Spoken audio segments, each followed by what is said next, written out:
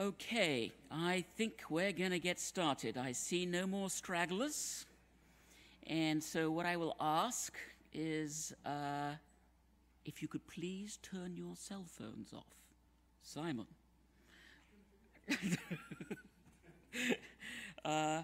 Okay, well, it's my pleasure to introduce one of the original members of the faculty on the school. Almost mid-successional, if you know about stand dynamics and how the history of the school has developed. This would be mid-successional. So Professor Berlyn, who is definitely, in terms of the lineage of the faculty, the person who has been on the faculty the longest period of time, since 1960. And he's still going strong, a real dynamo. And I don't know whether you know about the history of the school at that time, but it was very strongly post-World War II, industrial, little boxes being pumped out for suburbia. And Yale was doing its job of trying to figure out how to create houses. It was really big in wood utilization, wood technology. Greeley was abuzz with chip and saw and all sorts of wood technological instruments. And Graeme was hired on at that time because all these wood technology folks were thinking, my goodness, we know a lot about wood, but we don't quite know how trees grow. I'm obviously simplifying this.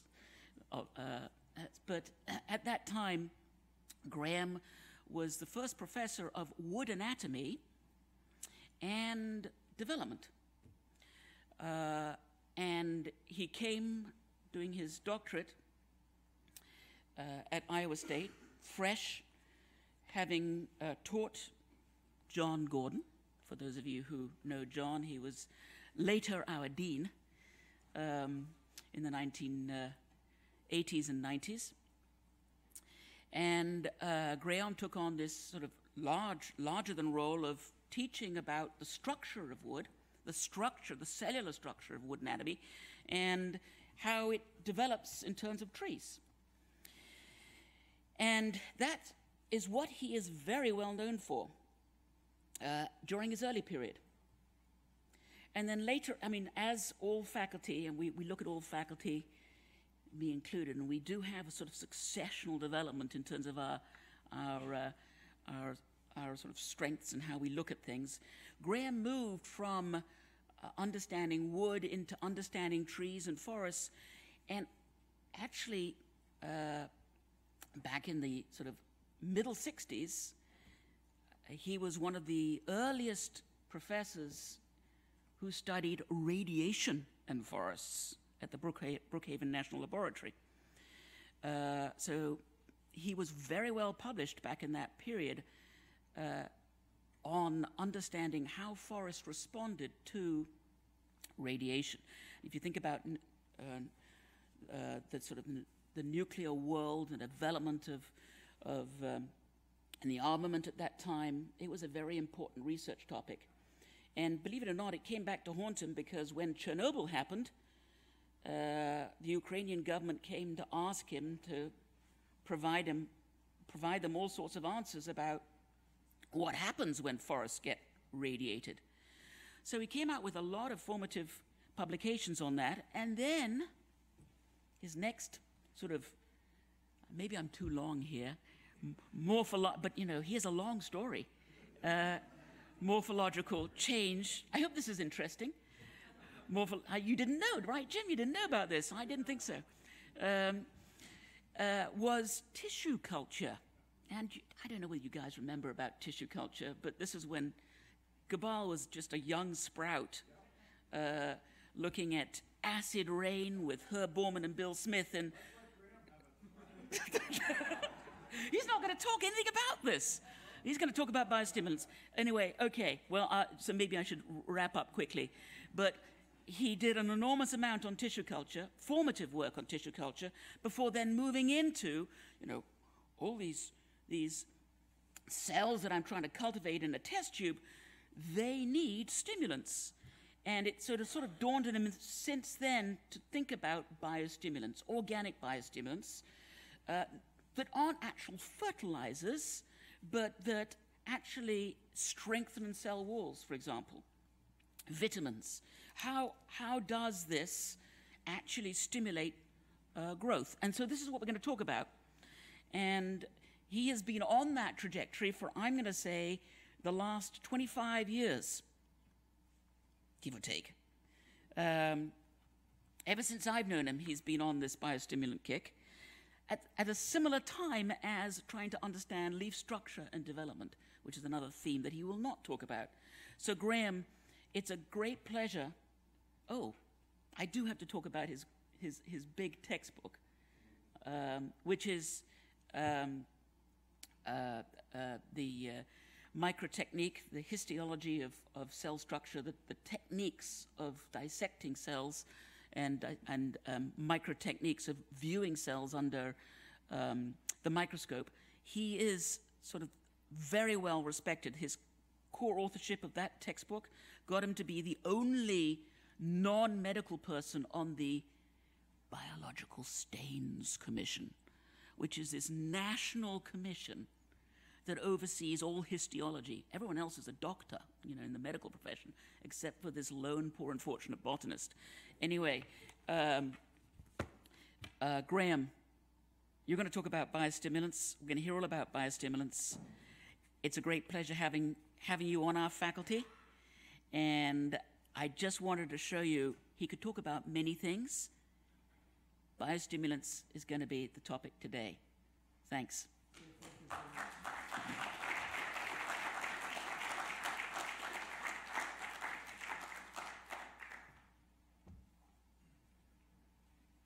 That was very nice of Mark. Of course, I've known him since he was a beginning master's student here.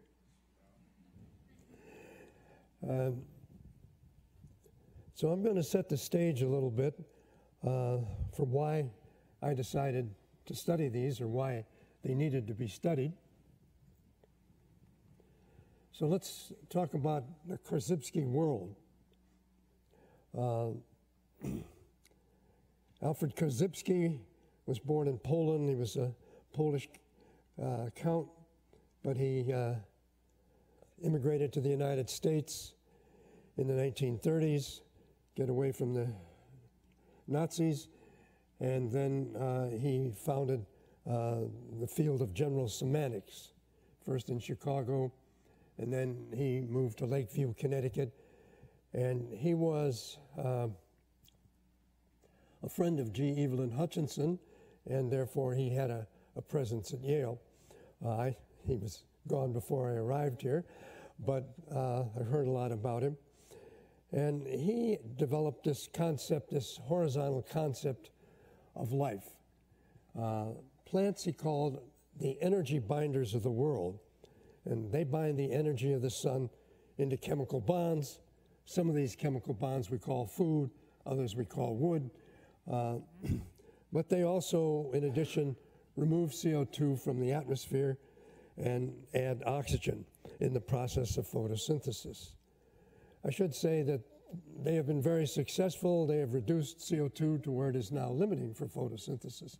And so a lot of people are studying and predicting horrible things are going to happen when the CO2 goes up. But the plants don't mind. They love it. And they're going to survive us, but we may not survive them.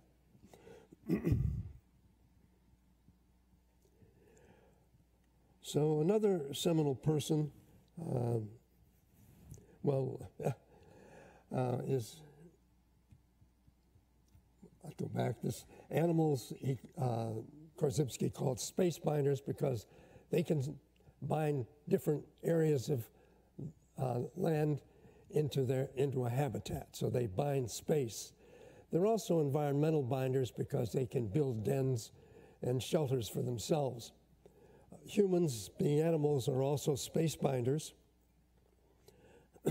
but the plants are the ultimate source of all food on this planet, either directly or indirectly.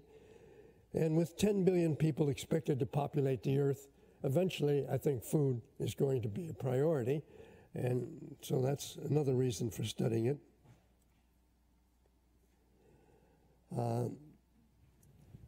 There are approximately 500,000, give or take 100,000, species of plants on Earth.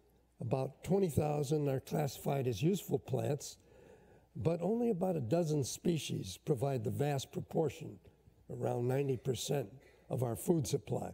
So that makes our food supply very vulnerable. And in addition to a lot of people, we're also occupying a lot of the land with cities and housing and buildings that formerly were prime agricultural land. Iowa is a tremendous, terrible example of it. Des Moines, Iowa is in a flat plain, also has hills around it, around the Iowa River and the Des Moines River. But some of the most productive farmland in the world is there, and it's now all houses. When I was a student at Iowa State in the 50s, we came and studied that Tama muscatine soil that was there.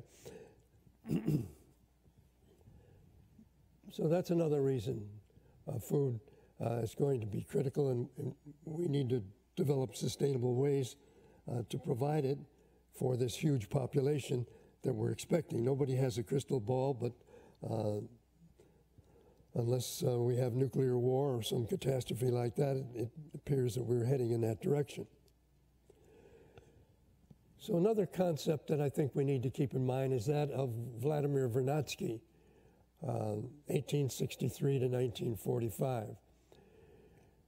Around Yale, everyone thinks that G. Evelyn Hutchinson was the founder of biogeochemistry, but actually Vernadsky was long before G. Evelyn, and is considered elsewhere to be the founder of biogeochemistry. And he stated at the turn of the century that we're now in the third stage of the history of the Earth, the noosphere, which is dominated by human cognition. What he meant by that was human mental abilities to provide increased technology. And now people call that, we're now in the Anthropocene, but definitely dominated by humans, and food and renewable resources are keys to sustainability and survival. Well, now I'm going to just show you what these biostimulants can do.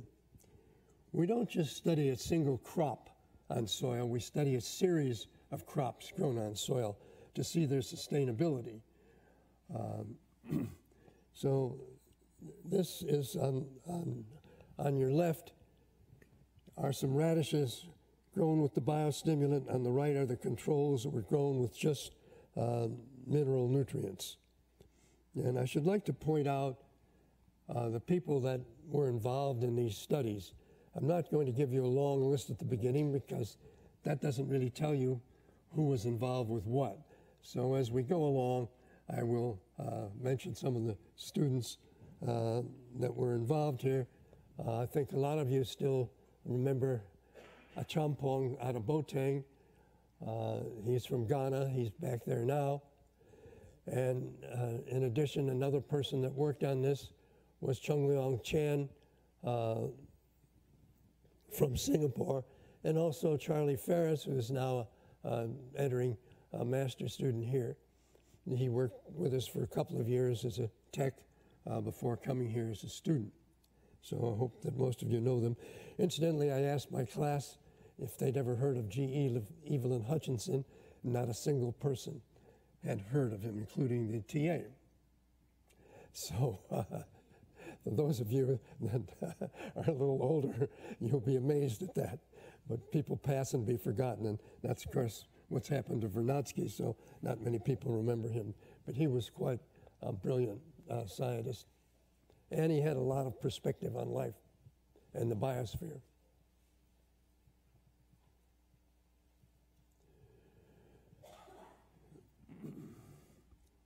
One of the reasons for the disparity of yield that I showed you is about half of all the inorganic fertilizer that you add to the soil immediately drains down into the water table, and the plants don't get it, but it contaminates the water table and can cause eutrophication.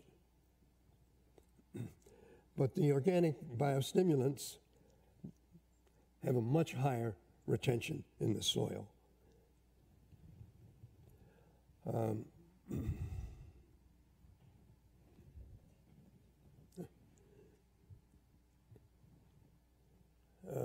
no.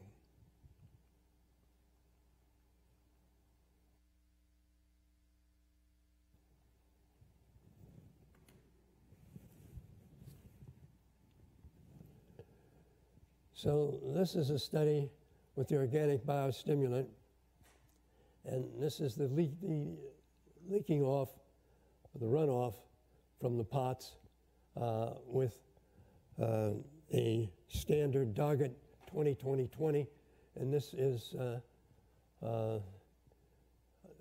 actually ammonium nitrate, and this is the control.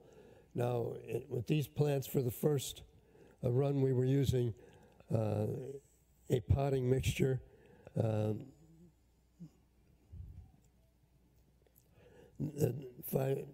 has slow-release fertilizer in it, so even the control was leaking phosphorus. Nitrogen, obviously the ammonium nitrate fertilizer at a huge peak, and this is the organic biostimulant, and this is the Doggett 20-20-20. So amazingly, the organic biostimulant holds on to the nitrogen because it has organic nitrogen in it in the form of amino acids. And it retains them in the soil, and it gets tied up both in the microbes but also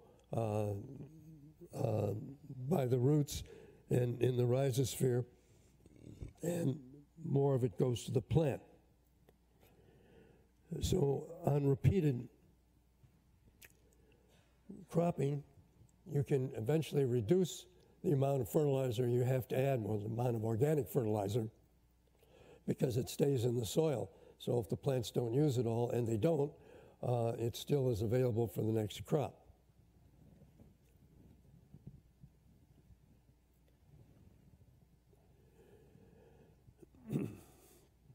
But the increased use of inorganic fertilizers has a lot of environmental consequences. And there was a study done by the Forest Service in 2015, and it indicated that 60% of reactive nitrogen came from nitrogen fertilizers that were applied in agricultural areas far from the Uinta Mountains, where the study was done.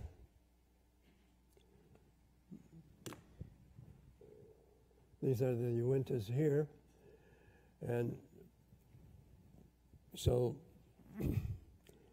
a lot of it came from the atmosphere, so it was volatilized because they use a lot of urea and ammonia fertilizers now, which volatilize and are then rained down hundreds of miles away from where they were applied. But of course, we're going to need food, so we have to have alternatives, because otherwise we're going to continue to increase the amount of inorganic fertilizers that use. So this is going to be a challenge, and we hope that plant biostimulants with their organic nitrogen can at least help to solve part of this problem. So here at FES, we develop plant biostimulants, and actually, by fortuitous situation, we actually got a company to produce it, and it was a very profitable company called Roots Inc. And I realized that the CEO, he was a very talented business person, and he was able to make it work. I would provide formulas, and then he would reduce them to make them economically feasible. But right now, I'm also trying to figure out the optimum, because The optimum may not be economic today, but in the future it may well be if this scenario that I'm presenting to you occurs.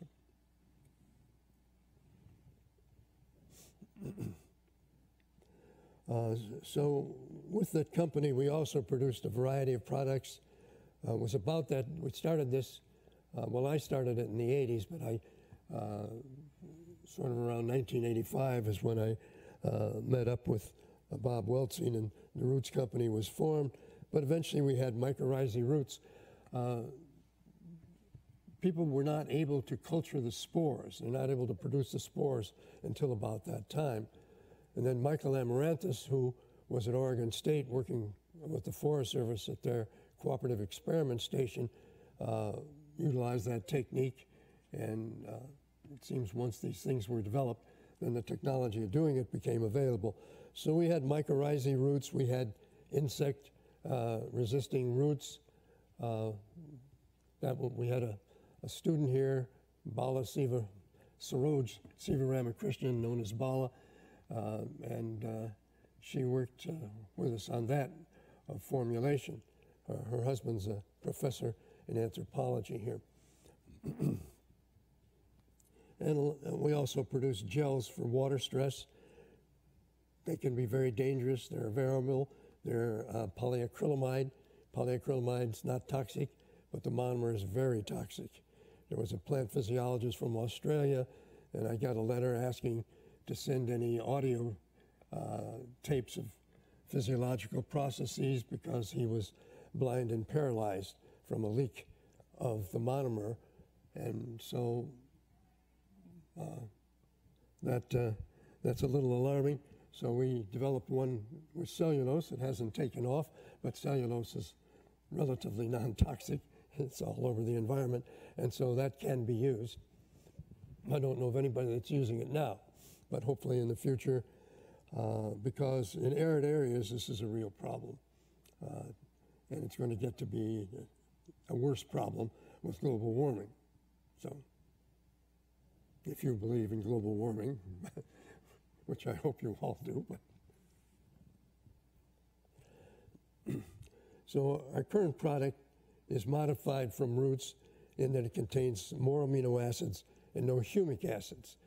We found that the organic nitrogen, as I said, is better retained in the soil, but also there was a big increase in the use of humic acids and biochar, which is sort of lightly cooked humic acids. It's really lightly cooked charcoal. Unfortunately, you have to use it at very low concentrations, and if you do continuous cropping, it builds up and becomes toxic. So I don't think we'll continue to hear about that as people have negative results over time. I should just point out that I've looked at several of these graphs that are put out by government agencies and independents, and our fertilizer, inorganic fertilizer use is really increasing rapidly. So we really are going to have a problem with that.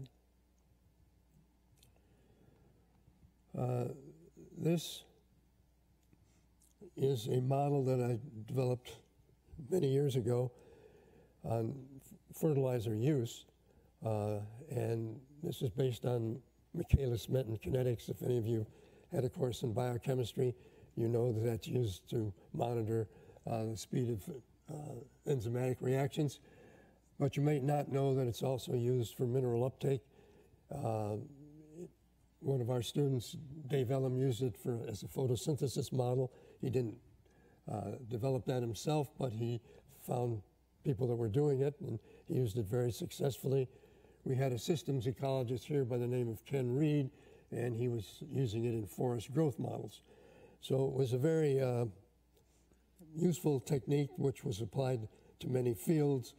You have to, it has a sad story. Maud Menton, who developed this technique along with Michaelis, and she was one of these people that, she was a Canadian, and she spent her whole life as an associate professor, I think primarily because she was a woman. Unfortunately, Bart Giamatti got rid of that procedure, and unfortunately it's being reinstituted again. Anyway, so this is an exponential curve, and what it shows is this is the amount of fertilizer in order to increase the yield.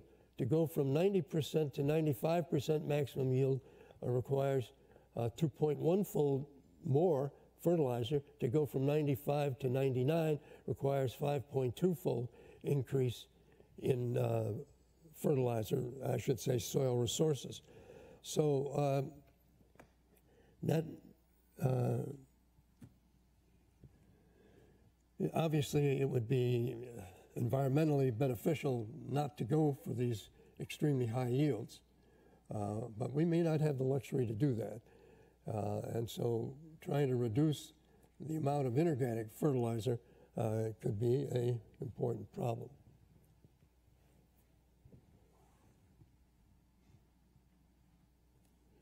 So another thing about these biostimulants that we produce is that they don't have any hormones. There are several reasons for that. One is we're finding that microRNAs, for example, are used in human metabolism. So what you eat doesn't necessarily get completely digested. Some of the chemicals that you eat actually function in your metabolism. So we say that they accelerate growth and stress avoidance. But there's always a conflict between the two. So we can really increase growth, but that usually means at a sacrifice of stress resistance. We don't know that for a fact. Well, we partially know it for a fact because I did do some studies on it, but we need to do more. And it also alleviates stress. We try to make sure that these are all biologically safe. That's why I say we're not using the polyacrylamide gels anymore in the biostimulant, and we're not using the humic acids, although they're not toxic. They just build up in the soil, and they also tie up a lot of the nutrients. So we focus on antioxidant activity and insect deterrence. And my original design was, if we could, reduce inorganic fertilizer by 50%. Now I think we can do better than that, and maybe if we don't go for the 100% maximum yield, we can probably totally eliminate the inorganic fertilizers, particularly the ones that vaporize and can spread this contamination over hundreds of miles. Well, hopefully one picture is worth 1,000 words. Anyway, so you can see the control on the right and these various formulas of biostimulants on the left. And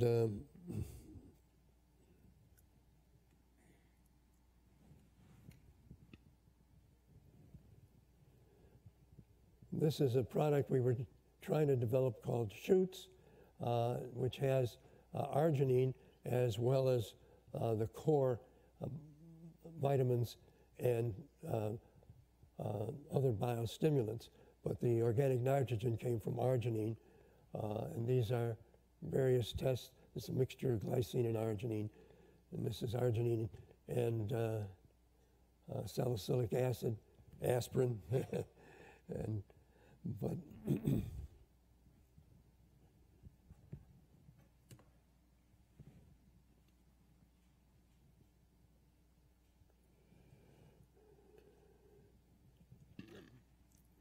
now there are other plant stimulants on the market, and this is SN14, Neptune's Harvest. This is the control, and these are two of the biostimulants. This is the Shoots biostimulant we were developing, and this is the Shoots biostimulant with some salicylic acid and aspirin.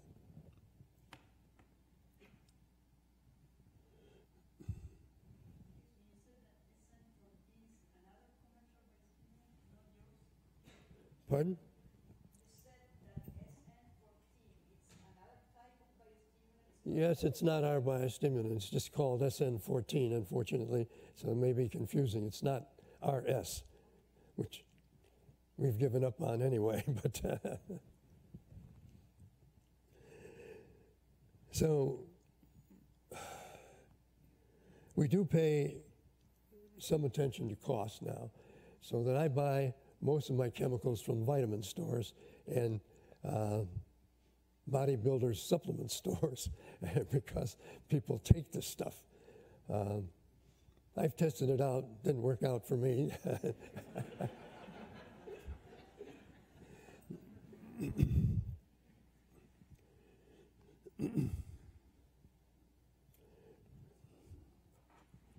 So one of the things we've done is substitute glycine for arginine. And we found we can do that, not one for one, but glycine currently costs half the price of arginine. So we do take into account the cost. When we were trying to produce this with the shoots company, and certainly with the roots company, we had to take in a cost. But again, you can see there's a remarkable increase. And this just shows you, this is the control above ground vegetative growth of the foliage, and these are from the biostimulants. You can see it's about 3 times the biomass.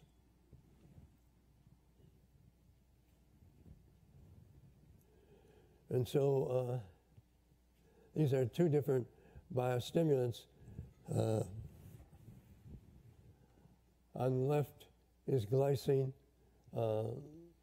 plus salicylic acid plus aspirin, and this is glycine at a slightly higher amount, which is now our standard amount, but also with beta-carotene. Beta-carotene is carotenoid. The carotenoids protect plants from high light stress and also from other stresses that we don't know about. There's a zeaxanthin cycle. Most of you don't know these cycles, but anyway, for light stress, but there's also other things that protect them. But again, at the current market value, it may not be economic.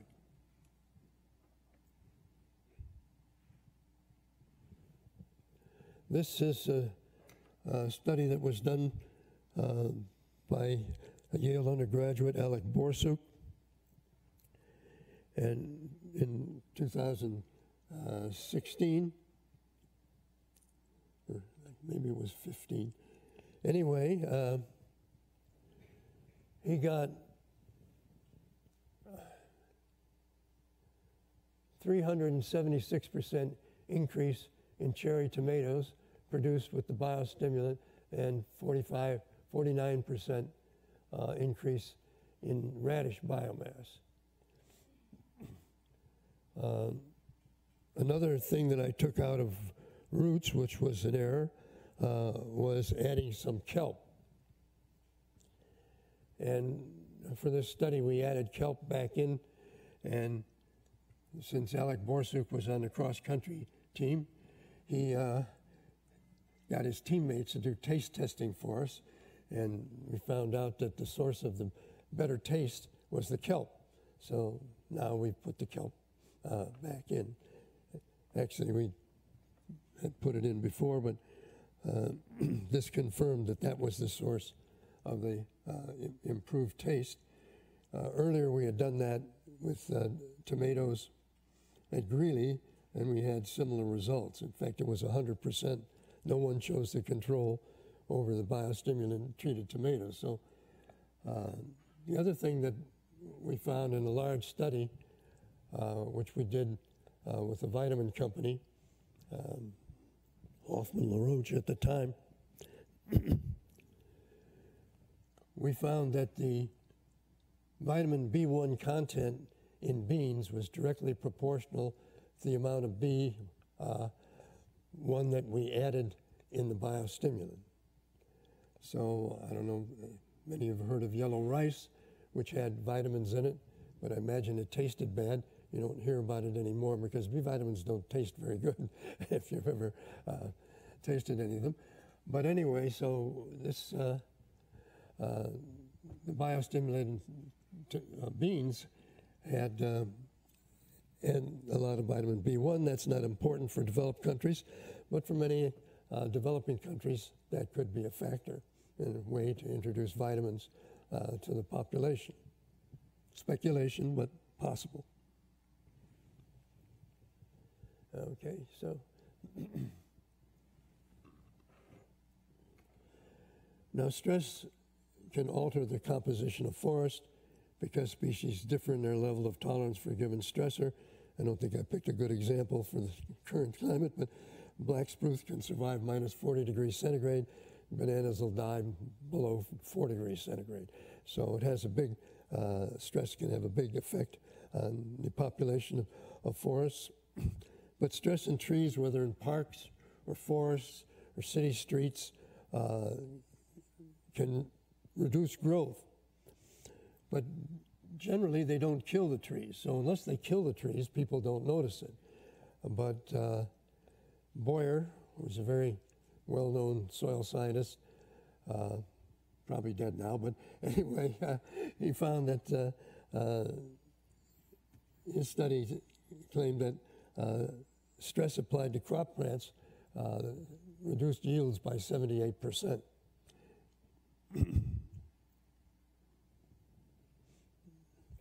Well, how do the biostimulants work?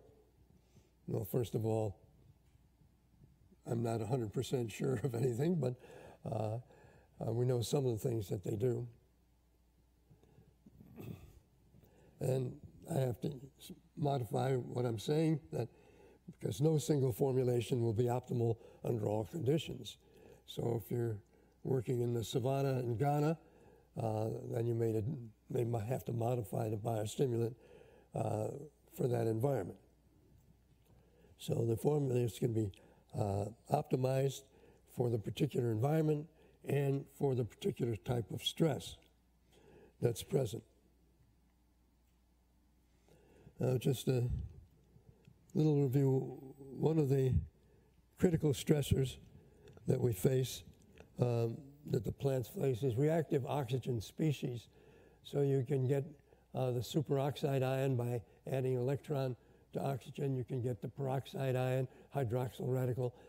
And these form in large numbers in the leaves because in the process of photosynthesis, water is split and electrons are released, and they are used to form energy carriers, which are used to reduce carbon dioxide to sugar. And so you have all these quanta of light entering the leaf. You have these electrons flying around. The electrons can only pass down the photoelectron chain if each unit in the chain is oxidized in turn. But if they're reduced, then those electrons are not accepted and they're available to collide with oxygen.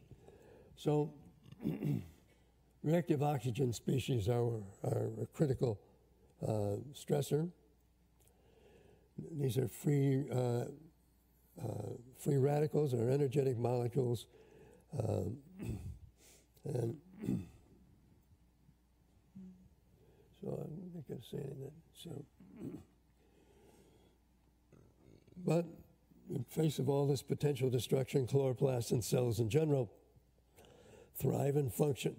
And this is in part due to the antioxidant pathways that we've discussed in C3 plants, which are the major type of photosynthesis. In fact, all plants do C3 photosynthesis. There are two other types of photosynthesis, but they're really just variations on C3. And so they have an organelle that usually is pressed to the chloroplast called the peroxisome, which has an enzyme in it, catalase, that can detoxify hydrogen peroxide.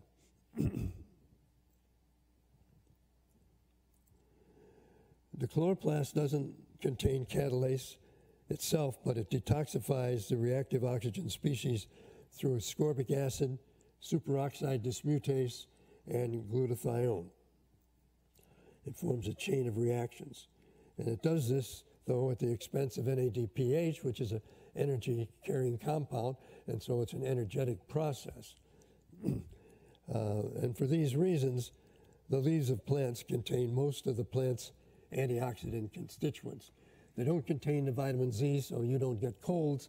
They are more selfish than that. They have the vitamin C to protect themselves from the reactive oxygen species. And this is from a textbook, which I'm happy to see that the latest edition is Plant Physiology and Development. And these authors, who incidentally are all retired professors, have finally come to the realization that structure is important as well as function, and that the two are intertwined. So these are all the stressors that can yield to and cause reactive oxygen species, and they stop growth, development, and yield, and lead to stress responses.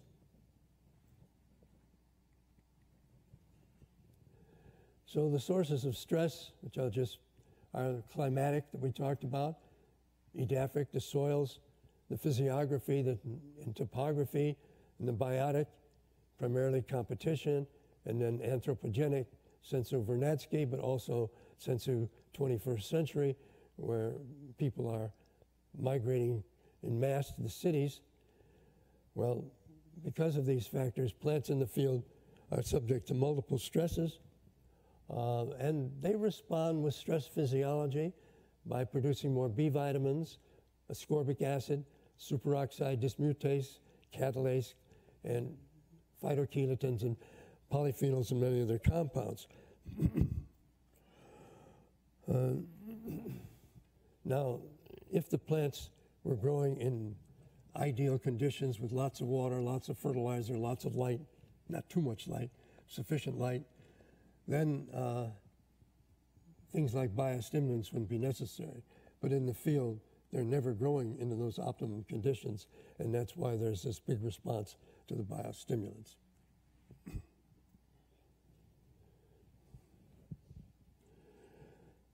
Now, I'm not one of those people that condemn modern Western agriculture, because if that hadn't been developed by the state colleges through government supplementation, financing, millions of people would have starved. But we're confronting a different situation than we were in the 1890s, where there was lots of land, many fewer people, cities were much smaller, something like 80% of the population had rural origins, and so it was a very different situation, but I think we're facing something very different in the future. So the main ingredients of the plant biostimulant are vitamin C, that's the critical one.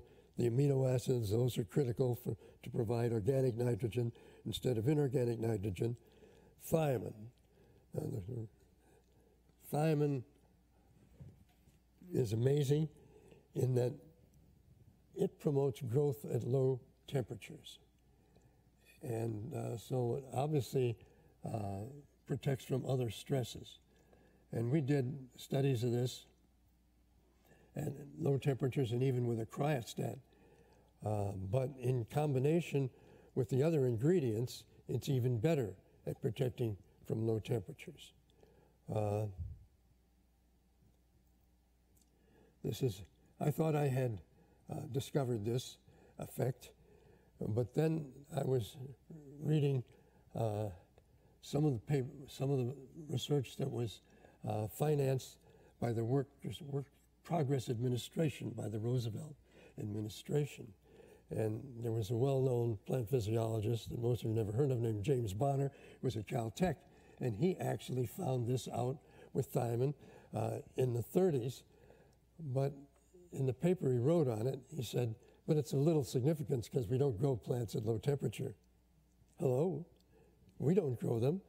But how about Alberta, Canada? How about North Dakota? How about Siberia? And how about northern China? There are a lot of places where wheat is grown at low temperatures. It's been estimated if we could get wheat to grow at 2 degrees centigrade lower temperature, that we'd have vast increase in yields. So that may be an important factor also.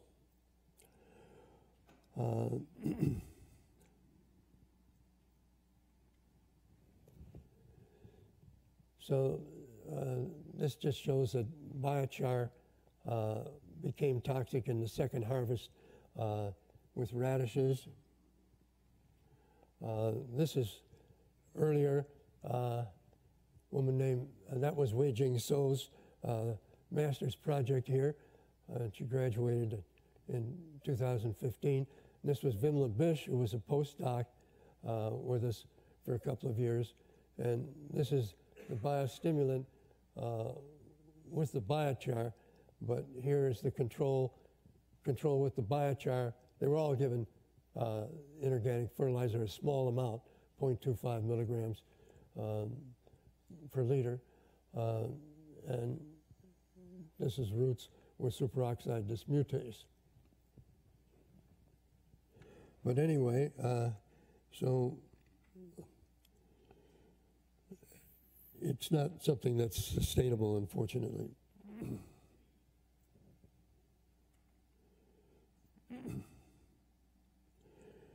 The other thing I'd like to point out is one of the reasons the plants benefit from the biostimulant is that the plants are interconnected. The roots are not separate from the branches, the stems, even though modelers like to model tree growth on the basis of branch growth. And when I was growing roots in tissue culture, they wouldn't grow unless you added B vitamins. And the reason is that the B vitamins are produced in the leaves and then transported down to the roots. So if you're going to grow roots in sterile culture, you have to add the B vitamins. So, and the same thing is another important hormone for plants is cytokinin, and the cytokinins are produced primarily in the roots and have to be transported up to the leaves where they're required for leaf growth. So they're all interconnected.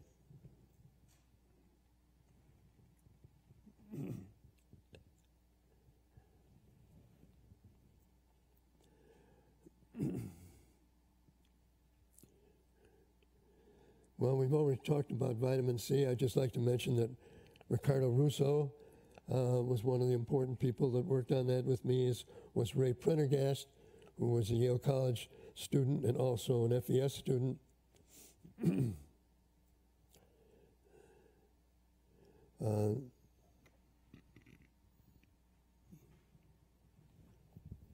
So this is the control in the cold. This wasn't really cold, but 15-degree days, 12-degree nights. This is thiamine in the cold, and this is the biostimulant that also contained thiamine, and that did even better than the thiamine alone. And of course, they all did well in the warm, but the roots in the cold did better than the control in the warm.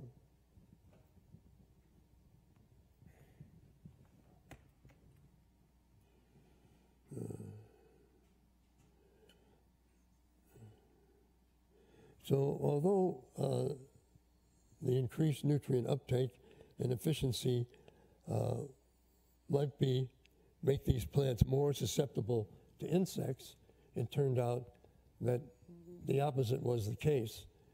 And so Saroj Sivaramakrishnan did her dissertation on this. She was interested in entomology at the time, but got interested in using the biostimulants on the plants. Now, so other studies have since corroborated that vitamin C and E are active in insect detergents. So some guy out west threatened to sue us for using vitamin E and C in the biostimulant, but fortunately we had a patent that was already over 10 years old before he even thought of it. So that ended that potential lawsuit. And one thing they do is, in addition to just producing protective compounds, when you treat the plants with the biostimulant, it makes the leaves tougher, and that makes it more difficult for the insects to attack them. And so this is plants exposed to hemlock woolly adelgid, Adelgid tsugae, and this were the roots. So many fewer, less than half the roots of the insects preferred the biostimulant treated plants, hemlock seedlings, as opposed to the control.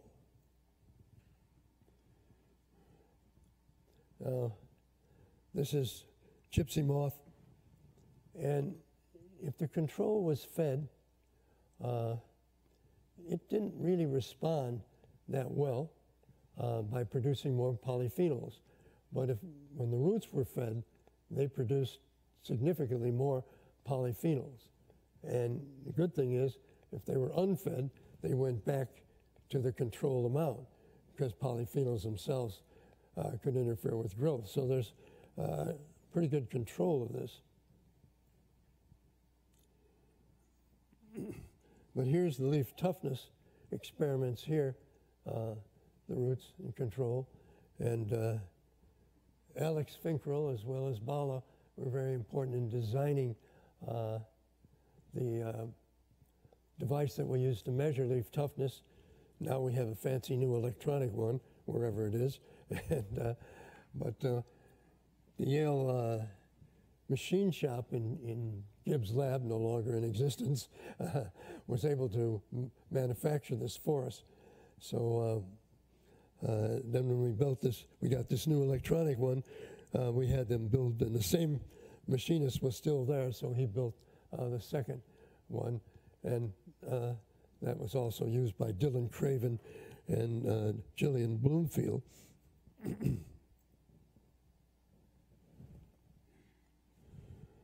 Well, I'll give you one more concept. I realize people have class.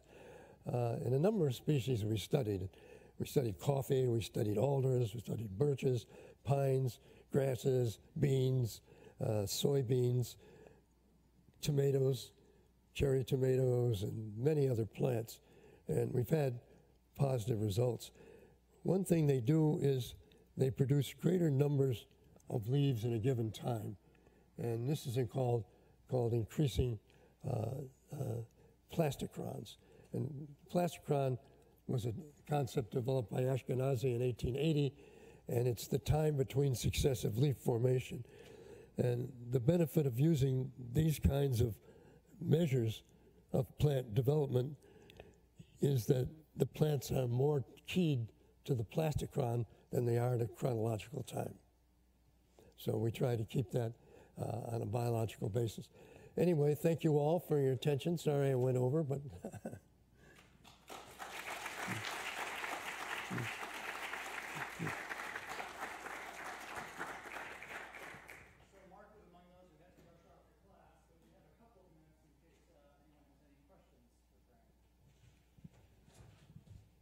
Gordon. First of all, I want to publicly thank Graeme. Graeme built a fluorescent microscope for my thesis, so back in the dark ages. But Graeme, thank you for helping me in your old dark room, your old microscope room. Yes. What led you to vitamin C? I might have missed that, but that seems to be sort of a critical part of your story, but I wasn't quite sure. Was that from the literature, or did you try that by trial and error? Did you get that from human vitamin C studies? Where did the vitamin C pop into your head or pop into the culture medium? Linus Pauling. Oh, a Nobel I read laureate. Linus Pauling's book on vitamin C, and I said, hey, if this works so well on people, how about plants? Because I knew that they produced.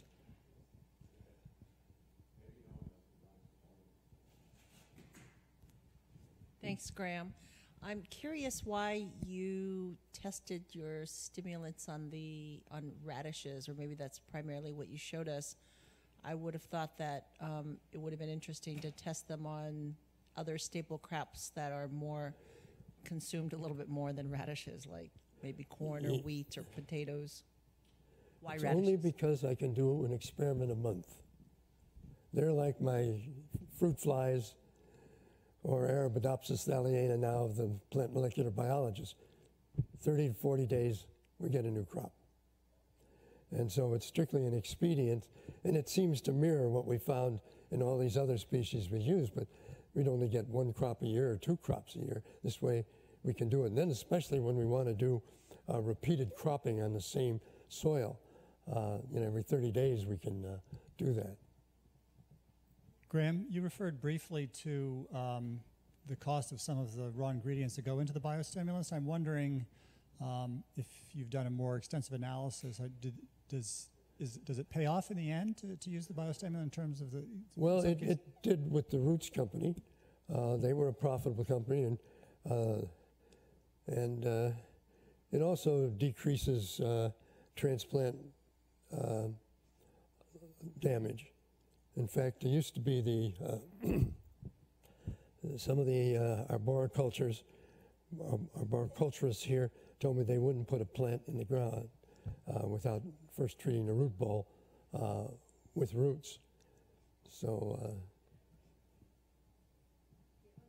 the same lines, what are the most common applications of your biostimulants? For example, when you are talking about the food problem to feed 10 billion people of the world, how extensive is the use of the biostimulants in agriculture? Is it only restricted to, say, greenhouses, or I think they have also been used for turf grass? Oh yeah, no.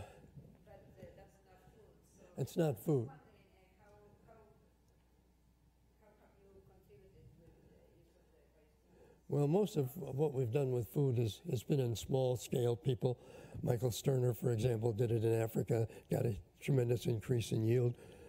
Some Yoruba businessmen bought thousands of dollars worth of roots and they used it, but now it's not available. I got a letter from Vietnam a couple of years ago thanking me for my contributions to Vietnamese agriculture. I had no idea that it had even been used in Vietnam. But so I don't know, but certainly high value uses. Like playing fields was used in Wembley and in several other British stadiums. I don't know if Wembley, but several British stadiums. Bob Wilson isn't here, so he would know because he took care of most of those foreign contacts. And it's used for high-value crops. It works very well on orchids, for example. And so I think that the Roots Company then focused on turf and other products. It was used extensively in Japan. But again, that's very high level for golf courses.